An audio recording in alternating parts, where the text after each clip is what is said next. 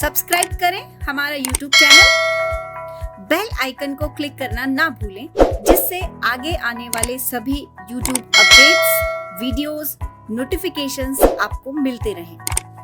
अब number classification की कहानी सुनिए। चलिए, तो नंबर क्लासिफिकेशन की कहानी यह है कि आपको चार संख्याएं दे दी, कहा भाई इनमें से अलग कौन सी है ये छांटिए, या चार ऑप्शन में संख्याओं के पेयर दे दिए, पेयर, और कहेगा भाई आप बताइए कौन सा पेयर जो है वो अलग है। अब देखिए, पहले कौन सा लॉजिक लगाएंगे, फिर कौन सा लगेगा, फिर कौन सा लगेगा, ये चीज हमें दुनिया में कोई किताब नहीं बताती है, ही नहीं, कोई बनाई नहीं किसी ने, जिससे कि हम मानो 100 तरीके सीख जाएं कि पहले ये नहीं तो ये नहीं है तो फिर ये होगा, ये नहीं है तो ये, ऐसे करके हम 100 आराम से सब कर लेंगे। 100 और 150 आप बता दीजिए, लेकिन कभी नहीं बताई किसी ने भी। वो तो कहता है अलग। अब इसका मतलब फिर हमारे मन में जो आता है हम पहले वही लगा देते हैं, लगाते हैं ना हम सब, फिर कह लेते हैं भाई ये अलग है, लेकिन फिर पता चलता है वो तो गलत है। क्यों? क्योंकि उसने अलग तरीके से लगाया दूसरा लॉजिक, उसके से अलग आंसर आ रहा है एग्जामिनर के से, उसने वही सही मानेंगे, हमारा कौन मानेगा? वही मानता है अपने सही। अपन चुनौती नहीं दे सकते, क्योंकि अपन की चुनौती देने के लिए अपन के पास कुछ ऑथेंटिक चीज होना जरूरी है, और रीजनिंग में कोई ऑथेंटिक चीज है नहीं जिसको अपन रख दें सामने। तो इतने सारे एग्जाम्स के अंदर ये क्वेश्चन आते हैं, तो मैं सबका विश्लेषण करता हूं कि भाई आंसर की जब आती है तो ये क्या मान रहा है। मानो 2 आंसर हैं, मुझे 2 आंसर दिख रहे हैं, तो मैं आंसर देखूंगा कि उसने क्या माना, फिर वही पढ़ाया जाता है। तो ये जितने आपके सीट में क्वेश्चन है, ये सब एग्जाम्स के अलग अलग एग्जाम्स के क्वेश्चन है, जहां पे क्या आंसर माने गए वही पढ़ाए जाते हैं, और हमको वही पढ़ने हैं। हमारे अलग हो सकते हैं आंसर, कोई फर्क नहीं पड़ता है। तो ये विश्लेषण से क्या पता चला कि ये किस तरीके से मानता है कि भाई सबसे पहले क्या मानता है ये कहता है कि आप सबसे पहले प्राइम नंबर को देखिए, अभाज्य संख्याओं को चेक करो। पहले अभाज्य संख्याएं देखो आप, प्राइम नंबर कैसे। मानो आपके लिए आपसे कहा गया कि 24, 18, 42, 17, तो ऐसे जब क्वेश्चन है, सबसे पहले हम देखेंगे अभाज्य संख्या है क्या कोई, तो मुझको अभाज्य संख्या मिल गई। अब कुछ भी हो, सबसे पहले ये सही है, तो हो सकता है 1 अभाज्य हो, 3 भाज्य हो, या 3 अभाज्य हो, 1 भाज्य संख्या हो। ये सबसे पहले चेक करता है वो। दूसरा, उसके बाद क्या चेक करता है? स्क्वायर क्यूब, वर्ग और घन। वर्ग और घन चेक करता है फिर वो, कि भाई कोई स्क्वायर क्यूब तो नहीं है।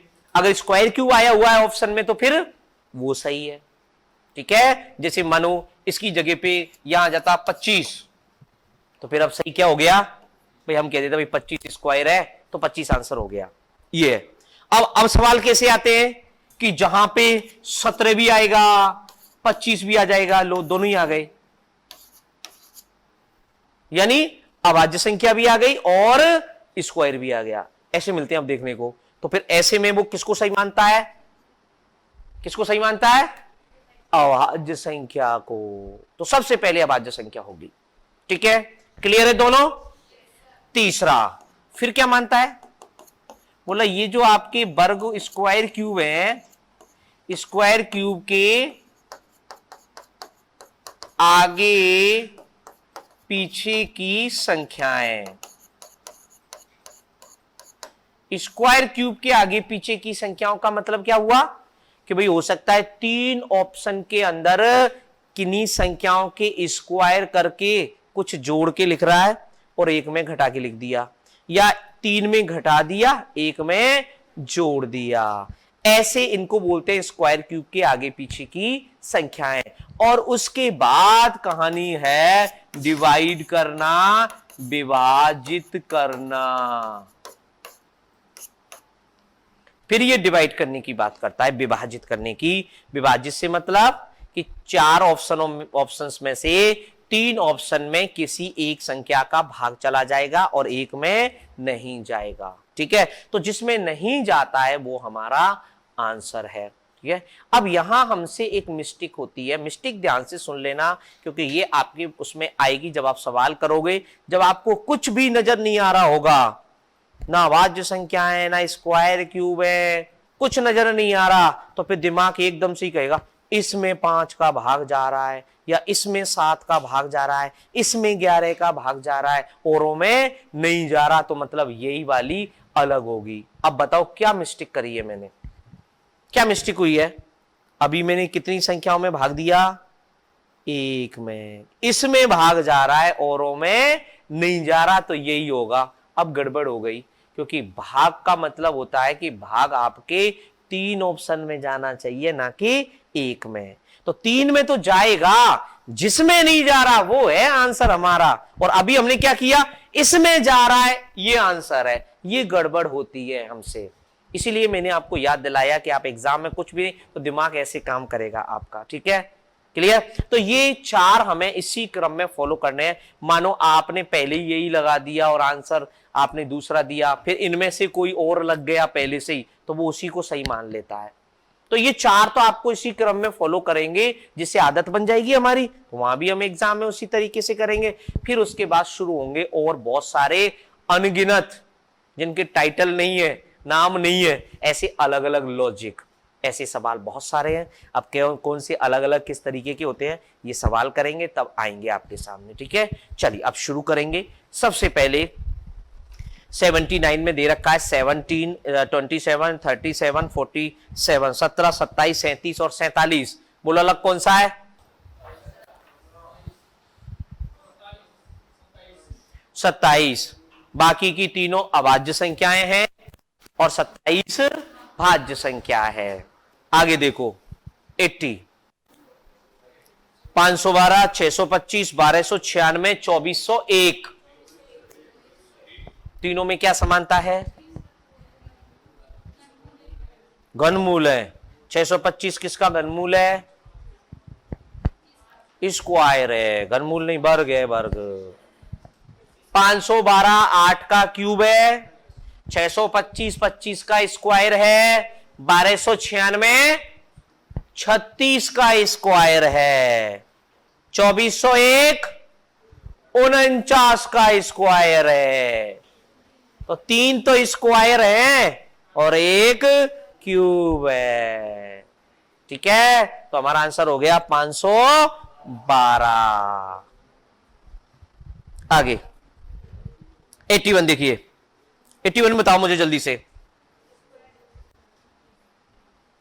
81 के नंबर्स को देखना ध्यान से, नंबर्स को, है ना, नंबर्स को देखोगे तो आपको लॉजिक पकड़ में आ जाएगा। पहला ए ऑप्शन है 63852, बी ऑप्शन है 52638, सी ऑप्शन है 28751, डी ऑप्शन है 85362। अब बताइए, हाँ बोलो। सी आएगा, लॉजिक बताओ। अच्छा, प्लस कर दिया आपने, ओके। अब आप ए, बी और डी के नंबर्स को आप देखोगे तो पता चलेगा कि सारे नंबर सेम है, यानी जो जो नंबर ए ऑप्शन में है वो बी में भी है और डी में भी है। अब जोड़ोगे तो बराबर ही आएंगे जब सारे नंबर सेम है तो, राइट। और हमारे सी में एक 7 और एक 1 अलग आ गया, अलग।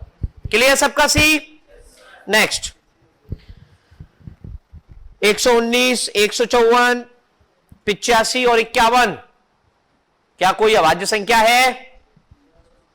नहीं है। स्क्वायर क्यूब है? नहीं है। आगे पीछे की संख्या है? नहीं है। किसी का भाग जा रहा है? किसका जा रहा है? 17 5 85, 17 3 51, 17 7 119 और 154 में नहीं जाएगा, तो आंसर हो गया 154। आगे 217, 153, 240, 131, बोलिए, पहचानिए। 240, लॉजिक बोलिए।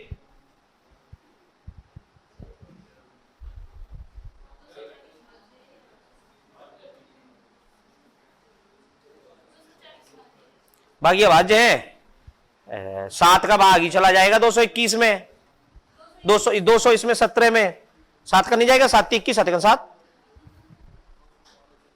और 153 में 3 का ही चला जाएगा, 131। लॉजिक, लॉजिक अभाज्य संख्या है। पहले ही लॉजिक है, 131 अभाज्य संख्या। अब अभाज्य संख्या आपको 2 डिजिट की थोड़ी मिलेगी, उसको तो कोई भी पहचान लेगा भाई। 100 तक की, 100 के 99 तक बीच में कोई भी अभाज्य संख्या है आप तुरंत पहचान लोगे। आएगी नहीं, 3 की आएगी, 3 डिजिट की, उसको पहचानना है। चलिए हाँ 84 बताइए। 143, 168, 195, 257।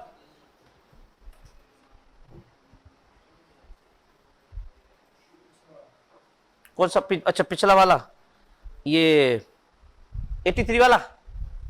83 की पूछ रहे हो? 131 नहीं, हाँ अब आपने चलो याद दिला दिया मुझे। अब मैं बता देता हूं, मैं बता देता हूं। सम और विषम सभी सुन लें। ये जो लॉजिक है ना, ये अब खत्म ही हो चुका है। मतलब आज से मैं 20-25 साल पहले की बात करूं तो बहुत सवाल आते थे, देखते ही कहते थे सम है विषम है। अब ये लॉजिक तब काम करेगा जब दुनिया का कोई लॉजिक नहीं लगेगा। जब लगता है ये कि है ही नहीं कोई, तब लगेगा ये बस, उसके बाद नहीं। तो इसका मतलब है इसके बारे में सोचना ही नहीं है। समझ में आ गई बात? इसलिए तो सबसे पहले अभाज्य है ही वो ऑलरेडी। आ जाओ आगे। हाँ बताइए 84 में बताओ। 84 में 84 बैठो मत, आंसर तो आंसर जल्दी, बैठिए मत। हाँ क्या है आंसर? 143, 168, 195 और 257। बताइए अलग कौन सी संख्या है? लॉजिक बोलो। दो 257 में 3 का भाग जा रहा है, बाकी सब में चला जाएगा। 143 में 3 का भाग चला जाता है।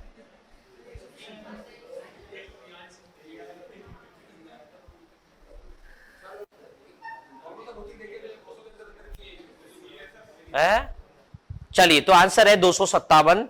लेकिन लॉजिक क्या है कि 143 12 के स्क्वायर में 1 कम है, 168 13 के स्क्वायर में 1 कम है, 195 14 के स्क्वायर में 1 कम है, और ये 16 के स्क्वायर में 1 ज्यादा है। तो आगे पीछे की संख्या हो गई स्क्वायर की, क्यूब के, ऐसे। पूरी क्लासेस देखने के लिए अभी डाउनलोड करें परिष्कार वर्ल्ड ऐप।